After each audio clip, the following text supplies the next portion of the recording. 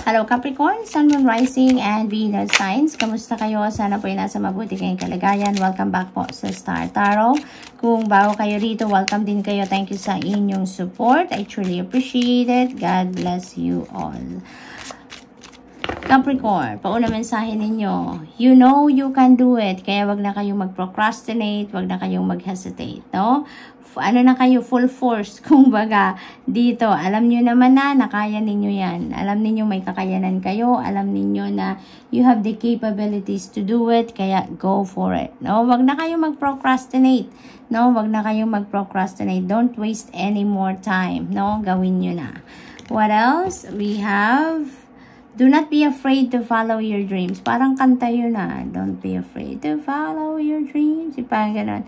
So, Capricorn, wag kayong matakot. Wag kayong matakot. Dahil, halos lahat naman, diba, nang pumapasok sa isip natin, lahat ng nararamdaman natin, no? That is being planted dyan sa atin. Kaya, pati yung mga pangarap ninyo, kung ano yung mga pangarap ninyo, that is being planted sa inyo. Because maybe that is part of the divine plan. Diba? Kaya, huwag kayong matakot na sundan ninyo or sundin ninyo ang inyong mga pangarap. Wala sa edad yan, no? Wala sa edad. Kasi maaring sinasabi ng iba sa inyo dito, matanda na ako para dyan, diba? I don't have much time na para dyan, yung gano'n. But wala naman sa edad yon, wala sa panahon, diba? Kasi iba-iba tayo ng sitwasyon, iba-iba tayo ng path na pinagdadaanan. Sometimes, you know, middle age na natin, tsaka lang tayo nagkakaroon ng opportunity para simulan natin gawin kung ano man ang ating mga pangarap. Diba? Parang it's never too late, diba, to start following your dreams, regardless kung ano man ang inyong edad, regardless kung nasaan man kayo. Kung may pagkakataon, go for it. Hindi ba? Capricorn. So, what else? We have King of Swords. Ayan. So, may malaking desisyon siguro na kailangan gawin kayo ngayon or pinag-iisipan ninyong gawin sa ngayon, no? Maaring, kayo ngayon, nasa sitwasyon kayo wherein marami siguro ang kailangang pag-isipan kasi maaring may mga priorities kayo tapos mayroong mga bagay na nadadating na kailangan din ninyong pag-isipan kung kakayanin nyo pang gawin or kakayanin pa ng oras ninyo, maaring ganon, no? Kaya mahalagang desisyon ang gagawin ninyo dito. In that case na maaring malito kayo, in that case na maaring, alam mo yun, ma-pressure kayo, no? Makakatulong din sa inyo if you're going to check in with your intuition. Always check in with your intuition kahit ano man ang iyong sitwasyon dahil yan ang maghahatid or yan ang makakatulong sa inyo para magkaroon kayo ng kalinawan sa inyong isipan, magabayan kayo kung ano ang nararapat ninyong gawin, no? Which path are you going to take? Yung ganon, no? What else? We have Page of Pentacles, ang swerte ninyo, Luck, L-U-C-K. Yan, ang swerte ninyo sa ngayon, Capricorn, ang swerte ninyo. Marami siguro kayong opportunities dito na parating wherein talagang nandyan ang swerte or yun ang maghahatid ng swerte sa inyo. Yung Page of Pentacles, no, these are news. These are wonderful news coming in that is linked sa inyong money, career, and finances. Meron ditong mga balitang parating sa inyo wherein ito yung magbubukas siguro ng opportunities sa inyo pagdating sa bagong trabaho, karera, negosyo, maring ganon. Or maybe may mga properties din dito na mga may bilihan ng properties or bentahan ng property, no? So, maaring ganon din ang ganap dito for some of you. At, ang swerte ninyo dito kasi maaring yung mga biyayang, yung mga balitang ito, maari siguro na kunyari naghahanap kayo ng trabaho or maaring may in-applyan kayong trabaho, maaring ito yun, yung balita magsasabi sa inyo na siguro na kayo, hired na kayo, magsisimula na kayo, or maaring i-interviewin na kayo, or maaring may hinihingi na lang na additional requirements sa inyo at makakapagsimula na kayo sa trabaho, no? This could also be approval ng loans na in-applyan ninyo, maaring ganon. This could be siguro nanalo kayo sa bidding doon kung kayo ay bumibili ng property. Maaring kayo yung ma-award ng property, 'di ba? It could be anything depende sa inyong sitwasyon, but definitely this is a news of opportunity, no, na maghahatid ito sa inyo ng swerte, maghahatid sa inyo ng financial abundance, prosperity, mga ganon, no? What else? We have strength. Ayan. So, angel of courage. Angel of courage. Yun ang kailangan ninyo sa ngayon. I-activate ninyo ang inyong inner strength, no? Para nang sa gayon, mapagdesisyonan nyo ng maayos kung ano man ang kailangan ninyong pagdesisyonan, magawa ninyo mga bagay na makakatulong para kayo ay makapagdesisyon, no? Maaring ganun din. Kailangan din ninyo dito ng inner strength and courage ninyo so that makapagsimula din kayo na sundan ninyo ang inyong mga pangarap, no? So, good luck, Capricorn, and that's all I have for you for today. Thank you for watching. Love and light. Namaste. Hello, Virgo, Sun, Moon, Rising, and Venus signs. Kamusta kayo? Sana po ay nasa mabuti kayong kalagayan. Welcome back po sa Star Tarot. Kung bago kayo rito, welcome din kayo. Thank you sa inyong support. I truly appreciate it. God bless you all, Virgo. Tingnan natin muna itong ating Angel Wishes card, no, Virgo. Una mensahe ninyo, your inner strength can and will move mountains. True. Kasi kapag malakas ang ating kalooban, matatag ang ating dibdib, kahit anumang problema, kahit anumang obstacles, kahit anumang challenges, ang kaharapin natin, kayang-kaya nating lampasan yan. Kayang-kaya nating solusyonan, no? At masolve ang kung ano man ang mga problema na yan. You are a true being of the universe. Your beauty radiates from within. Ayan. So, napaka talaga. Alam mo, Virgo, parang talaga kayo. Napaka-pure ng inyong kalooban, no? Yung gano'n ang napipick up ko. You have that purest of intentions for other people. Napaka-loving ninyo, napaka-generous ninyo, napaka-matulungin ninyo. Kaya yung inner beauty ninyo talaga, no? Nagra-radiate yan. And people can see it, people can feel it, no? Dahil sa mga kind deeds, sa mga generous deeds din na ginagawa ninyo for other people. And, you know what? You are inspiring people, no? Nakakapag-inspire kayo na maraming tao dahil dyan sa mga kind deeds na ginagawa ninyo for them, no? What else? We have Knight of Wands. Ayan. So, you are going to take action now. Maaaring may mga plano kayo na nandyan lang sa isip ninyo. And ngayon, maybe you're going to take action on that. Maybe you're going to get on your feet na ngayon and you're going to make things happen, no?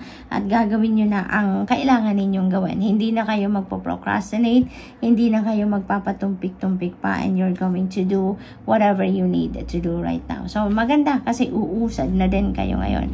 You're going to move forward with your life na ngayon. At hindi nyo na yan ikikip na lang sa sarili ninyo, no? Or sa isip ninyo. The world energy, holy moly, napakaganda nito. This is the angel of success dito na makikipag-celebrate din sa inyo, Virgo. This is the world, ibig sabihin nito na meron ditong mga bagay na magtatapos na. Merong ending at merong beginning dito, no? Meron ditong mga ma-accomplish na kayo. May matatapos na kayo. May mga pangarap siguro kayo dito na magka-come to fruition na. Kaya tapos na yon, no? You're going to start fresh. Maaring ganon. Maaari din na may mga proyekto, trabaho, pag-aaral, mga ganon, ano? Natatapusin nyo na, no? It has come to its full cycle na. Kaya completed na, accomplished na, kumbaga. So, at this is a time for success, no? This is a time also to celebrate and be grateful of your successes, Virgo, no? Kaya masaya kayo. You are high vibe ngayon, no? High vibe kayo. So, handa rin kayo dito magsimula ng bagong chapter sa buhay ninyo. You are also heading towards a new beginning. Dito may mga bagong phase sa buhay ninyo na haharapin kayo, i-embrace ninyo yung mga ganon. So, this is really, really gorgeous, no? Virgo na energy na to. This could also be travel, no? There is also travel energy dito, kaya magkakaroon din kayo dito ng pagkakataon siguro na mag-travel the world or mag-travel across the globe for some reason, ano? Maaring related yan sa trabaho, related yan sa business, maaring related yan sa pasyal, maaaring ganon din ang ganap dito, Virgo. So, napakaganda. Ang napipick up ko din dito for others of you, Virgo, dahil may travel energy ito, maaaring meron road trip din na gagawin ng iba sa inyo. Maaaring ang iba sa inyo is acquiring a new vehicle, no? Maaaring ganon. Kaya, maaaring magro-road trip kayo dito, no? So, mag-iingat po kayo sa pagbabiyahe. And congrats. Seven of Pentacles. Ayan, so yung mga ano ninyo dito, mga ginagawa ninyo siguro, yung mga ine-envision ninyo for yourself, maaaring that is going to come to fruition na. No? Maaaring you work so hard for something dito at saka parang ang napipick up ko dito, malapit na siyang dumating. No, Virgo? Malapit na siyang dumating. Kung ano man ang inyong hinihintay dito, kung ano man yung ine-envision ninyo for yourself, maaring it's going to come to fruition. You just need to do some kind of patience. Mag-practice pa kayo ng konting patience because maaring it's still in the works ngayon, but there is a promise, no? Dito na makukuha nyo, matatanggap ninyo kung ano man ang ine-expect ninyo. Hindi lang doon sa timeline na ine-expect ninyo. Hindi lang doon sa panahon na inaasahan ninyong makuha ninyo yan. But definitely, it is going to come. No? So, good luck, Virgo. And that's all I have for you for today. Thank you for watching. Love and light. Namaste. Hello, Taurus, Sun, Moon, Rising, and Venus signs. Kamusta kayo? Sana po nasa mabuti kayong kalagayan. Welcome back po sa Star Tarot. Kung bago kayo rito, welcome din kayo. Thank you sa inyong support. I truly appreciate it. God bless you all. Taurus, una mensahe ninyo, listen to your own inner voice. Your knowledge is within you. Ayan. See, your soul knows, no? Your soul knows kung ano ang nararapat ninyong gawin sa mga bagay-bagay, sa inyong mga pinagdadaanan, sa inyong journey. Your soul knows what is best for you. Kaya, napakahalaga dito na pakinggan ninyo ang inyong inner voice, no? Dahil bubulangan kayo niyan kung ano ang dapat, kung ano ang best para sa inyo, ano ang nararapat ninyong gawin. Okay, Taurus? So, listen. Now, listen to yourself, listen to your soul. So, what else? We have, if in doubt, ask for inspiration from above. Ayan, isa din ito sa masasandalan din ninyo sa panahon na maaaring litong-lito kayo or maaaring may mga decision kayo na kailangan ninyong gawin and maybe you are confused of the situation, no? Ask for inspiration from above. Call in your angels. Call in God, no? Tulungan kayo, Holy Spirit, na palinawan ang inyong kaisipan. Ask for guidance. Ask for clarity, for enlightenment. They are just a prayer away, no? Taurus? So, tingnan natin kung ano pa ang ganap.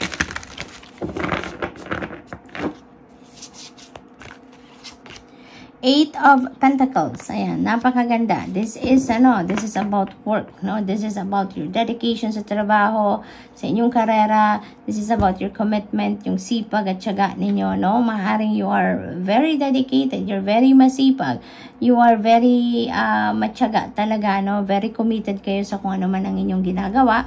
Talagang nag-excel siguro kayo sa inyong ginagawa dito. And napipick up ko din dito for some of you, Taurus, maybe sa pagtatrabaho ninyo, no? Minimake sure ninyo na almost perfect ang trabaho ninyo. You're always aiming for perfection sa inyong mga ginagawa.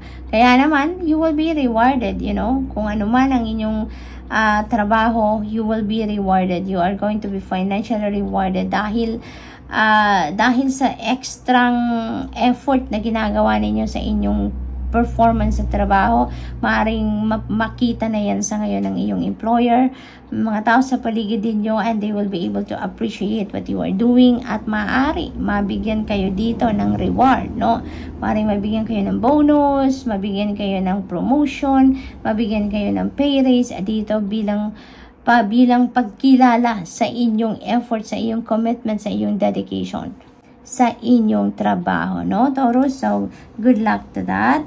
What else? We have Five of Cups. Ayan. So, for some of you, meron ditong pinagdadaan ng sadness ang iba sa inyo dito, Taurus. But of course, this is not going to resonate with everyone. So, just take as it resonates, okay? Meron siguro kayo dito mga bagay na hindi ninyo nakuha. May mga sitwasyon dito na pinangarap ninyo, hindi nag-come to fruition. Maaring may mga bagay dito na ine-expect ninyo pero hindi nangyari. But you know what, Taurus? Sa una, oo, magiging ikakalungkot ninyo siguro or maaring meron kayong regret dyan. But, you know, lilipas din yan, ano? Palipasin natin yan. Huwag nating tambayan ang lungkot. Dahil if you're going to dwell on lungkot, if you're going to dwell on regret, hindi tayo uusad, diba? Mai-stuck tayo dyan sa sitwasyon na yan. And mas lalong wala tayong magagawa. Mas lalong walang mangyayari, diba, na maganda sa buhay natin if dyan tayo tatambay sa sadness and sa regret, no? Kaya, ang mensahe din para sa inyo nito, Taurus, okay, honor your feelings sa ngayon, nalulungkot ka, nafo-frustrate ka, maaring may mga dissatisfaction ka ngayon. But, you know, in due time, iwanan din ninyo ang pakiramdam na yan and move on with your life, no? Kasi, isipin na lang din natin, Taurus, na kung may mga bagay na hindi dumating sa buhay natin, may mga bagay na hindi nangyari, mga ine-expect natin pero hindi nag-come to fruition, it's because, no, Taurus, simply because hindi yan para sa atin. It's either that is not meant for us sa ngayon or maybe it's not meant for us forever talaga. Hindi yan talaga meant for us. Hindi yan para sa atin. Diba? Kung gano'n ang sitwasyon. And also, you know, kung yan ay talagang para sa'yo, no, babalik at babalik yan sa'yo. It will just wait for another cycle. Babalik at babalik yan sa'yo if that is meant for you, no? But for now, maybe it's not for you right now. Maybe it's not meant for you at all. Or maybe hindi yan ang for your highest good. Hindi yan makakasupport sa iyong soul's evolution, sa iyong soul's growth. Kaya hindi nangyari, hindi dumating. Hindi yan ang para sa'yo. And most of the time naman, di ba, Taurus, when we are denied of something, no, ay dahil merong ibang piniprepare ang Divine Universe para sa atin. At lagi naman ang binibigay sa atin kung ano ang best para sa atin, hindi ba? Maaring kung ang piniprepare ng Divine Universe para sa iyo ngayon is mag-i-exceed pa ng 100-fold dyan sa kung ano man ang gusto ninyo. Diba? Kaya, ano na lang tayo, focus tayo doon sa positive mindset, focus tayo doon sa kung ano magagawa natin sa ngayon para mas maging maganda ang ating sitwasyon, no? So, what else? We have Temperance, Angel of Peace. Ayan. So, most likely, magkakaroon talaga din kayo dito, Taurus, ng shift ng mindset. Magkakaroon dito ng energy shift ang karamihan sa inyo. Kaya, magkakaroon na din kayo ng peace of mind. Magkakaroon na din kayo dito ng kapayapaan sa inyong dibdib, sa inyong isipan. And maybe, you know, there is acceptance na dito na kung hindi man talaga yun nangyari, it's because it's not meant for you right now, no? So, maaaring magkakaroon kayo ng change of mindset sa ngayon. Kaya magkakaroon na din kayo ng magandang pakiramdam, peace of mind, no? Magiging maluwag na din sa dibdib ninyo ang pagtanggap na talagang hindi yun ang para sa iyo at hindi yun ang para sa iyo sa ngayon, no? So, good luck, Taurus, and that's all I have for you for today. Thank you for watching. Love and light. Namaste.